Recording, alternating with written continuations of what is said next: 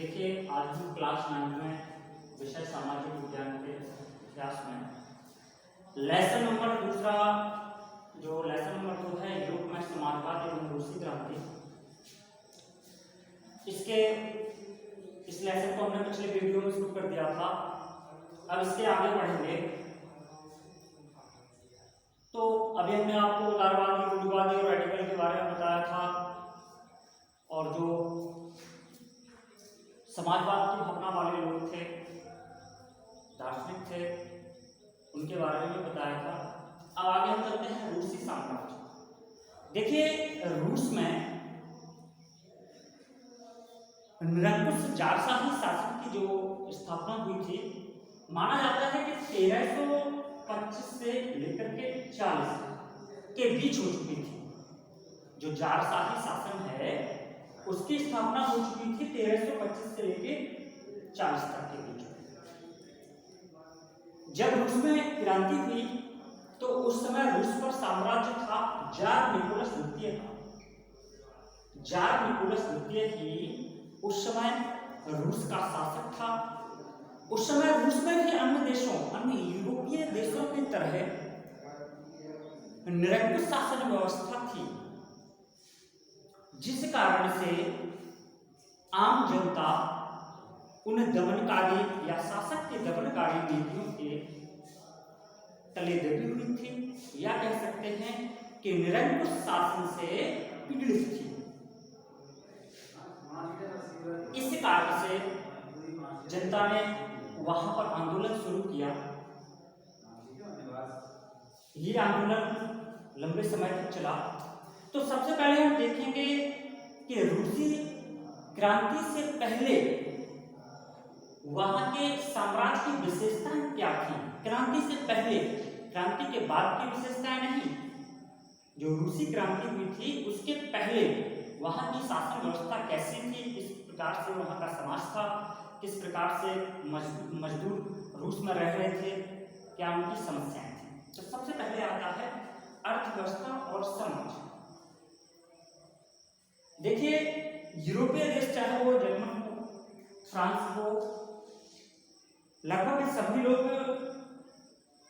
उस समय ज्यादातर कृषि पर ही आधारित थे। तो जार निकोलस द्वितीय के समय लगभग जब जार निकोलस द्वितीय की शासन व्यवस्था थी तो उस समय लगभग 85% जनता का मुख्य जो आय का साधन था, मुख्य जो आजीविका थी, वो कृषि थी।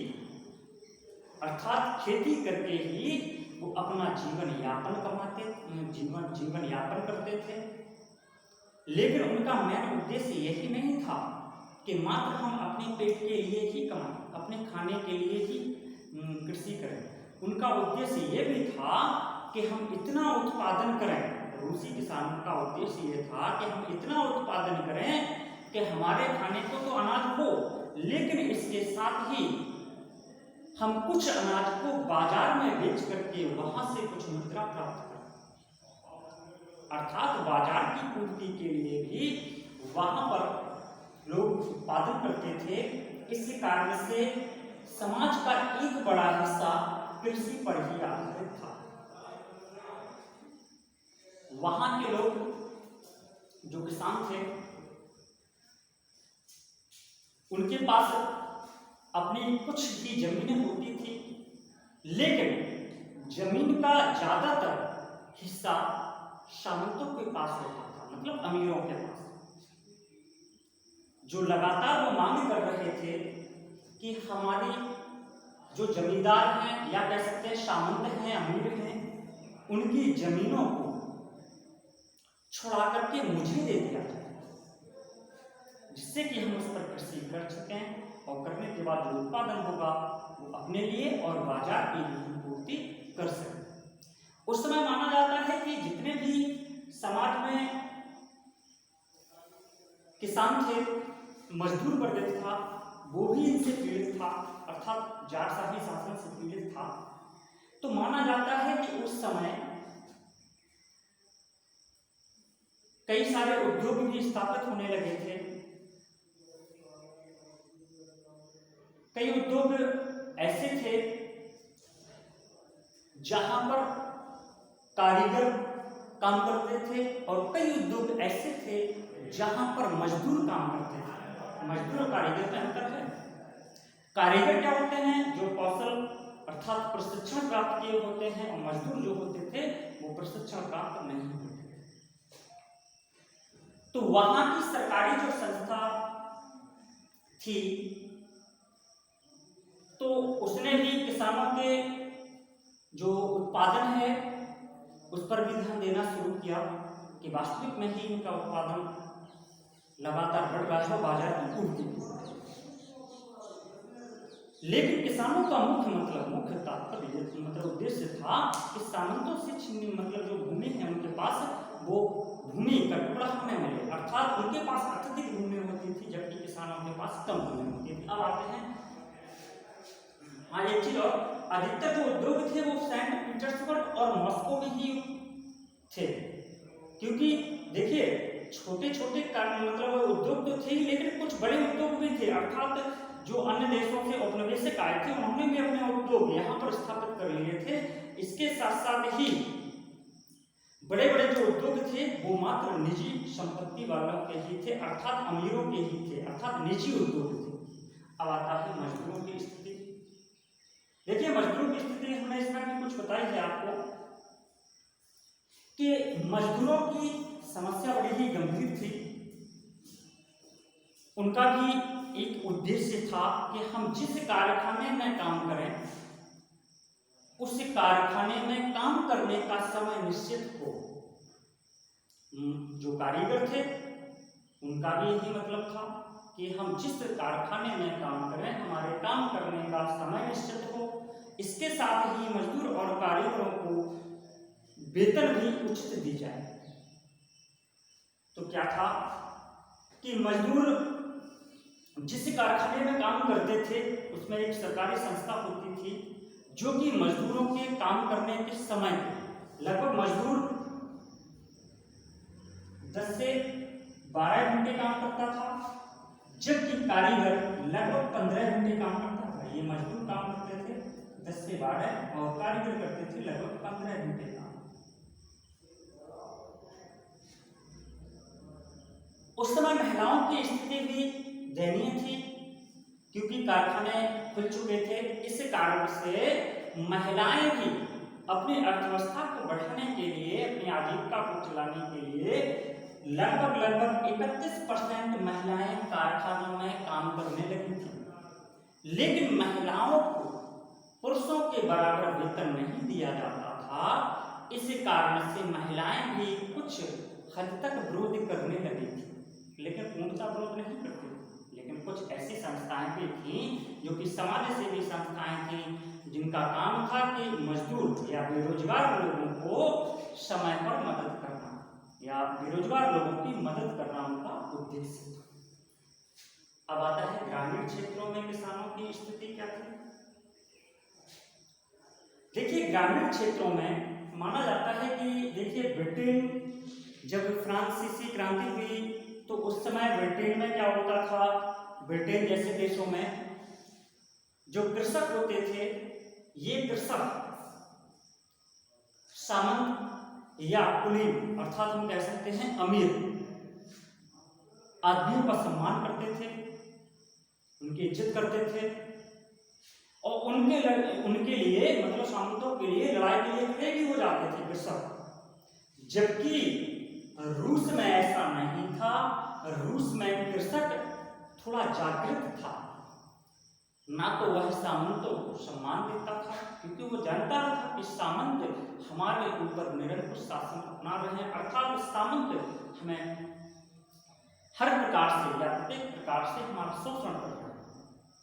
इसी कारण से ग्रामीण क्षेत्रों में कृषकों की स्थिति कैसी थी कि ये लोग कुछ भूमि का टुकड़ा लेकर के उस पर खेती करते थे। इनकी लगातार मांग होती थी कि हमें सामंतों से किसी भी प्रकार से उनकी जो भूमि है उनको छीन करके हमें दे दी जाए, जिस कारण से हम उस पर कृषि करें। और इसके साथ ही माना जाता है कि ग्रामीण क्षेत्रों में जो किसान थे उन्हें कई समस्याओं का सामना भी करना पड़ता था, क्योंकि जब सीधा सामंतों से विरोध करते थे तो इन्हें कई कठिनाइयों का सामना भी करना पड़ता था।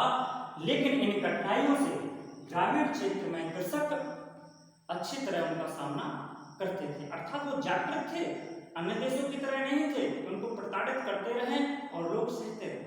अब आता है रूस में समाजवाद। देखिए, रूस में समाजवाद धीरे धीरे जागृत हुआ। माना जाता है कि रूस में जो समाजवाद का उद्देश्य था, उसकी भूमिका सबसे पहले मजदूरों ने तय की थी, अर्थात मजदूरों की ओर से ही कुछ आंदोलन और कुछ विरोध प्रदर्शन शुरू हुए।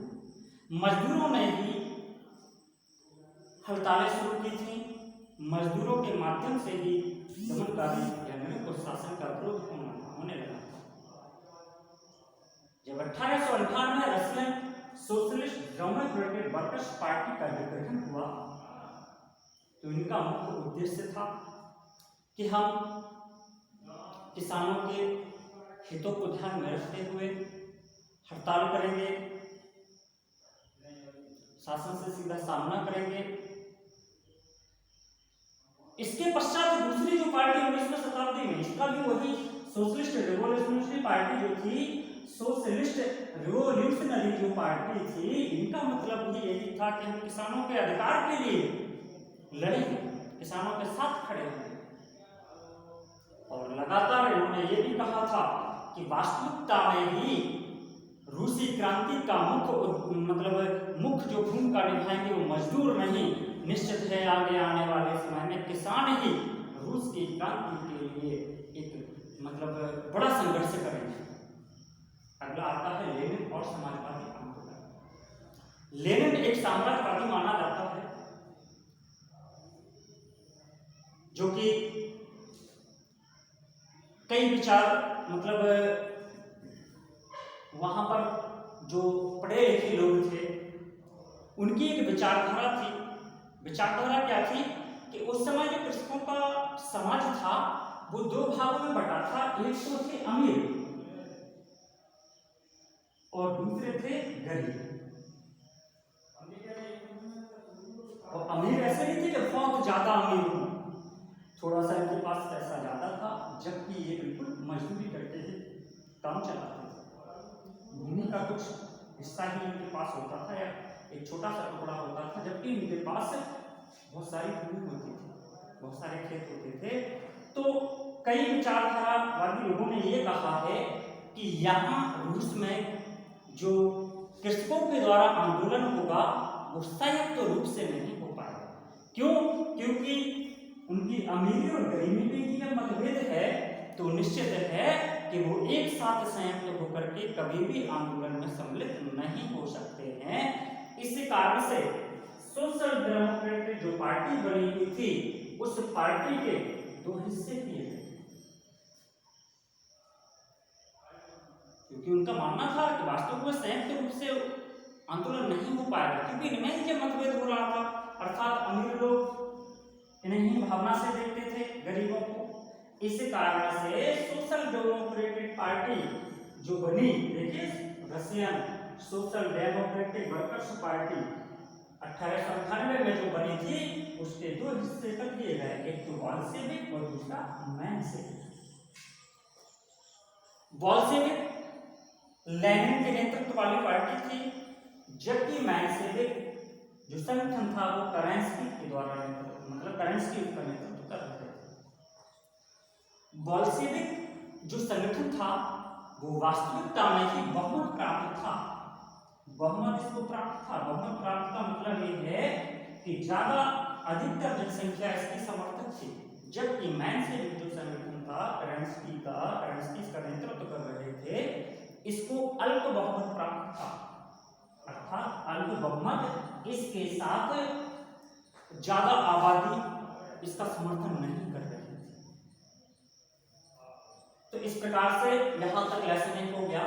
अब आगे जो टॉपिक और हैं उनको हम आगे बढ़ाएंगे, अभी लेसन नंबर 2 पूरा नहीं हुआ है। ठीक है।